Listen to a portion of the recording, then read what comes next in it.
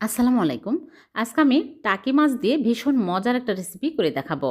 প্রথমে চুলায় প্যানে পরিমাণ মতো পানি দিয়ে পানি ফুটিয়ে নিয়েছি। এই ফুটন্ত পানির মধ্যে দিয়ে দিচ্ছি ৩টা টাকি মাছ। আর দিয়ে দিচ্ছি আস্ত পেঁয়াজ আর কয়েকটা কাঁচা মরিচ দিয়ে দিচ্ছি। আর রসুন দিয়ে দিচ্ছি ৩টা। আর ২টা আলু খোসা ছাড়িয়ে মাঝখান দিয়ে কেটে নিয়েছি। দিয়ে দিচ্ছি। আর এখানে টমেটো নিয়ে নিলাম ৩টা। এখন আমি ঢেকে সিদ্ধ করে নেব। ভালোভাবে সিদ্ধ হয়ে গেছে। এখন আমি পানি ছেঁকে তুলে নিচ্ছি। তুলে তারপরে ভালো করে ঠান্ডা হয়ে গেছে। এখন আমি মাছের কাঁটাগুলো বেছে নিচ্ছি। কাঁটা ভালো করে বেছে নিতে হবে।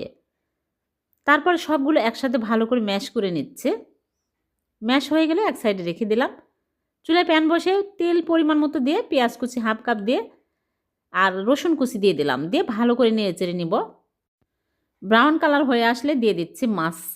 সবগুলো দিয়ে আমি ভালো করে নেড়েচেড়ে নিব। তারপর স্বাদ মতো লবণ, হলুদের গুঁড়া আর দিয়ে দিচ্ছি ভাজা জিরার গুঁড়া, ধনিয়া গুঁড়া, মরিচের গুঁড়া দিয়ে আমি ভালো করে কিছুক্ষণ নেড়েচেড়ে নেব। তারপরে ধনিয়াপাতা কুচি দিয়ে দিচ্ছি। কিছুক্ষণ নেড়েচেড়ে নিলেই হয়ে যাবে ভীষণ মজাদার মাছের ভর্তা। এভাবে ভর্তা করে দেখবেন, খেতে দারুণ টেস্টি হবে। গরম ভাতের সাথে জাস্ট জমে যাবে।